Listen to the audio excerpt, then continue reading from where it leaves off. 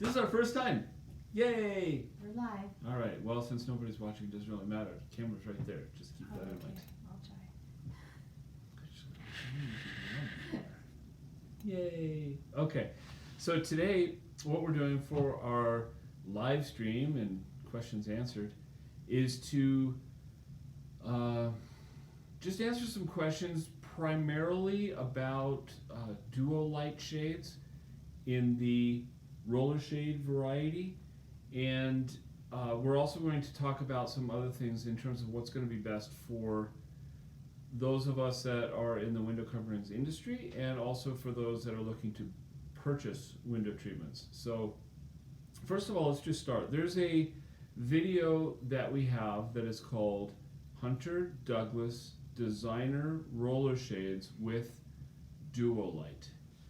A DuoLite shade is what I call a hybrid shade. So that is where you have two separate shades, one that comes down and does light filtering, and one that's mounted behind it that blacks out.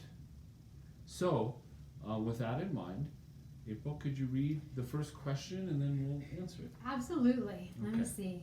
All right. So even with blackout, am I seeing light sneak through at the sides? Very good question. So this is really important to know. It's just a matter of definition. So the ones that allow light to come through are called light filtering, or sheer or semi-sheer. So the most open would be sheer, so like you can still see my eyeballs. Semi-sheer, you can barely see them. And then light filtering, the light will come through, but not the view. Now the word blackout is really important. It's one of those things, it's all about definitions, right? So And it's good that you went through the different definitions of the light filtering ones. And is it true there's really no such thing as a blackout? it is true that there is, okay, so that's a tough one to answer, because the word blackout is the problem.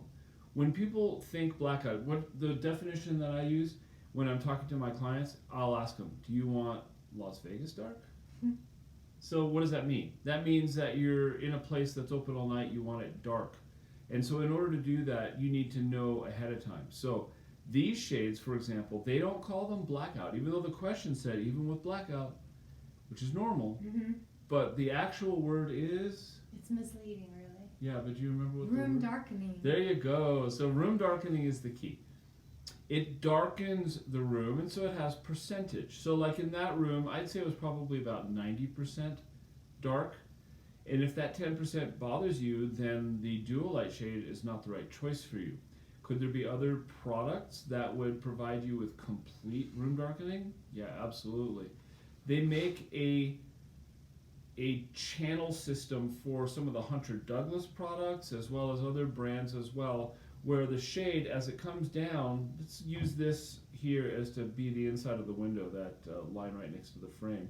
And instead of having the material come down and then you can see that light right there, they make a channel that sits on the edge, and now the shade comes down and it blocks it completely. And when it blocks it completely, it's called... Blackout. Say it with enthusiasm. Blackout. Blackout. Okay, so the room darkening version can be done blackout, but not with the DuoLite. Now, what options do you have as well? Could you add another layer? Yeah, you can add a blackout shade, not a blackout shade, but like a drapery top treatment. Right, to cover those sides where the light leaks through. Yeah. Or the top. Because another option you would want with the drapes, and I saw you do this on the job and I thought it was brilliant, is you installed the drape on the ceiling rather than just above the window where you normally would install it, but because it came from the ceiling, it blocked the light that comes above, because you have about 4 sides of a window. So there's little tricks that you know that you can help that situation. That's what I think. Nice job. So hopefully that answers your question in regard to blackout. Just know that you need to talk to whomever you're purchasing from. and make sure that, first of all, they understand this stuff, and number two, that they explain it to you so that you get the choice of what's best for your circumstances. Right, because you can get caught up in the terminology, confused, maybe get the wrong product, or have a dream of something that just can't be fulfilled. In other words, We're window cover specialists. We're not magicians, so. hey. Although you could juggle. Okay. Next question. Okay. Well, thanks for the overview. Sure. Can you please comment on the power source? If it's battery, how often does it have to be recharged? We've discussed this in the past, but if you use the word recharged, it means that you're using a lithium-ion battery. And when you first get them, oftentimes, and in fact, my blog that I wrote today, you can find it on our website, which is kemplerdesign.com. Coincidentally. Yeah. We talk about how the average time frame, 6 months, and I've seen them go 2.5 years, which is a really long time, and chances are yours won't. They say typically about a year, 9 months to a year for Hunter Douglas. For some of the other companies that we use that do lithium-ion batteries, that would be like Somfy motors, Alpha tubular motors, Roll-E's, Bliss. It's a lot of motor companies that use lithium-ion. And the ones that do, they will say about a year, but I've seen it go all over the place. So if you have a really heavy shade, for example, it's going to be less. Makes a difference. Mm-hmm. A lot of the homes that we do are vacation homes up at Lake Tahoe. And so they're only up there for a month or 2 months out of the year total. Right. And therefore, I was going to say there's not as much usage, so it depends on your usage and your size and the weight. Yeah. Right. Exactly. Usage and weight. Mm-hmm. Yeah. And of course, every battery potentially can be slightly different. But overall, they're very consistent. And the charging time is only like 3 hours. And I hope that basically answers the question. How often does it have to be recharged? I would plan on a year. Yeah, a lot depends on you and how much you're using it for. Yeah. Good. And then the last question that we have from the original video, Hunter Douglas Designer Roller Shades with DuoLite, was? How limited are you with sizes? Yeah. This is a really important one. And the reason for this is because the way it comes, the Hunter Douglas version is with a square cassette. The square cassette has the main tube on the inside. I wish I was more prepared for this with stuff. Sample. Yeah, but it well, has... we have other videos. We can link those down and you can see what a cassette is. Yeah, but I'm not going to. I probably will. Okay, so you have the cassette, and then you have the shade on the outside on that main roll, and then once it goes all the way down to the bottom, then there's a shade inside the tube, and that now comes out of a gap and goes down to the bottom.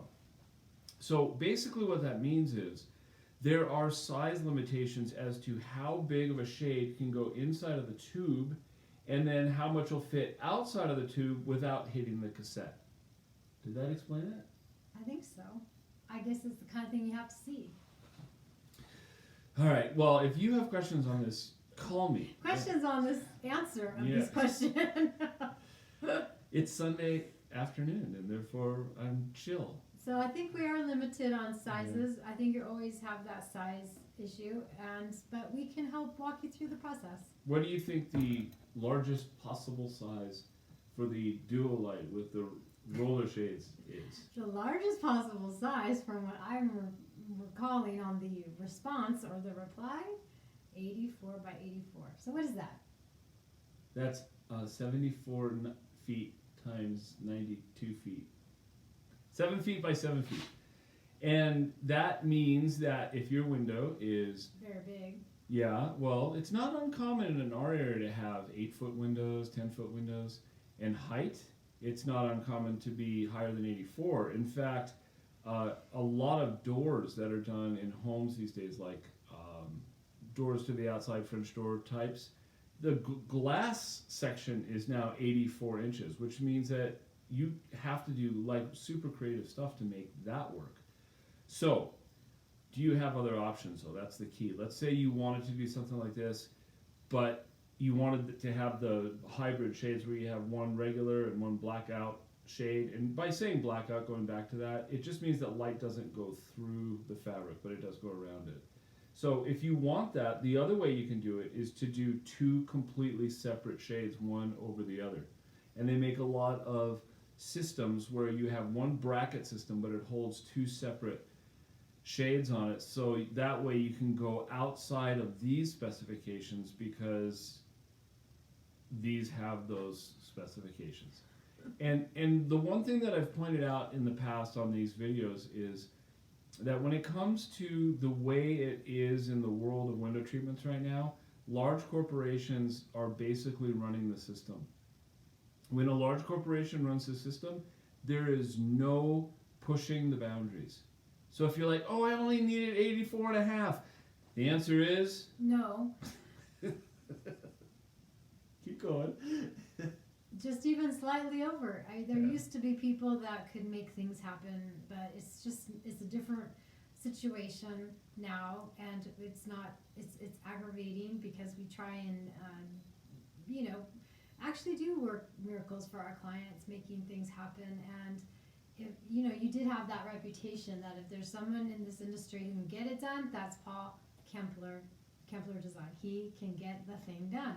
But our hands are tied these days. Mm-hmm. And that's why I do work with a lot of companies that are not the mainstream, because it gives me more flexibility and they like to use their creativity just like I do. It's based on relationships and conversation and talking rather than just order taking or putting it into an automatic system online. So it's real people that we talk to.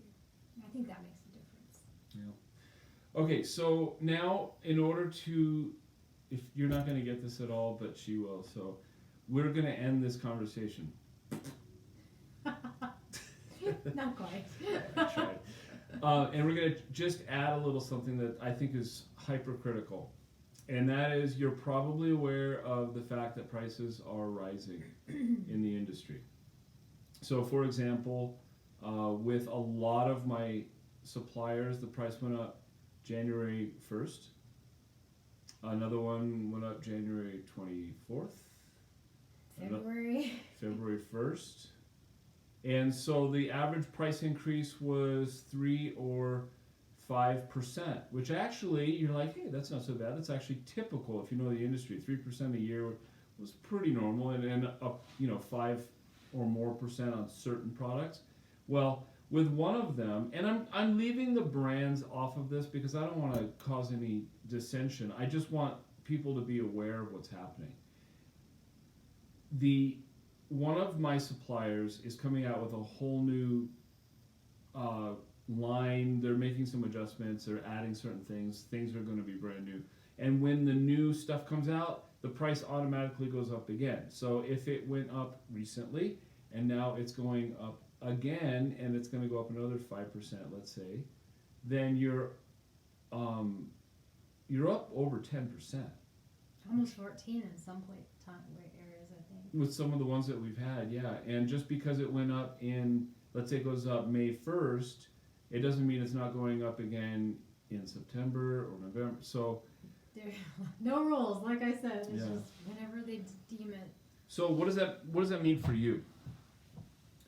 If you are a dealer, I would encourage you to work with your clientele and let them know that if the prices are going up, you may want to proceed on that now. I mean, in the end, this is the way I look at it. If I was going to spend $1,000 on a window treatment or multiple window treatments, if inflation continues to go up, then in the end, I'm going to feel like I got a great deal paying what I did for it when I did, as opposed to paying $2,000 for the same thing after a short period of time. I'm exaggerating the numbers, but we're kind of getting the idea. If you are someone who is looking at window treatments right now, then I would definitely consider doing it for the exact same reason. Now, what is the one reason that I would not purchase now? If you have fear over what's going to happen to fundage in the future, then you shouldn't do it. And also, if Sponge a word, I thought it was, maybe. someone look that up and let me know. And if not, again, it's Sunday afternoon. Don't care. But the other reason why I would say definitely don't do it is if you want to be at the cutting edge of new technology. For example, Hunter Douglas is coming out with some major changes to the PowerView system. If you want those major changes, wait. If you want some of the new products that are coming out from any of these fabrication teams, then wait, because you're going to get the newest products, the cutting edge, and you're going to be happier knowing that you got what was new instead of getting what already existed, even though it may have been lower in price. So that's kind of my balance point on it. Personal decisions. Totally personal decisions. That's a good point.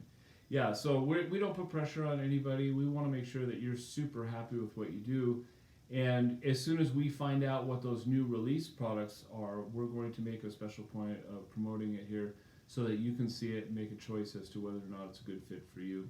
So anyway, that was our very first live stream. And the whole time we had a viewership of almost nearly... If you count us. Oh, that's two. Two. So anyway, hopefully some people will watch this and give us some feedback as to what we can do to make it exciting for you in the future. Thanks very much for watching the Kempler Design livestream vlog. And I don't know how to turn it off. I'm going to try this. Yeah, we're going to stop. Bye.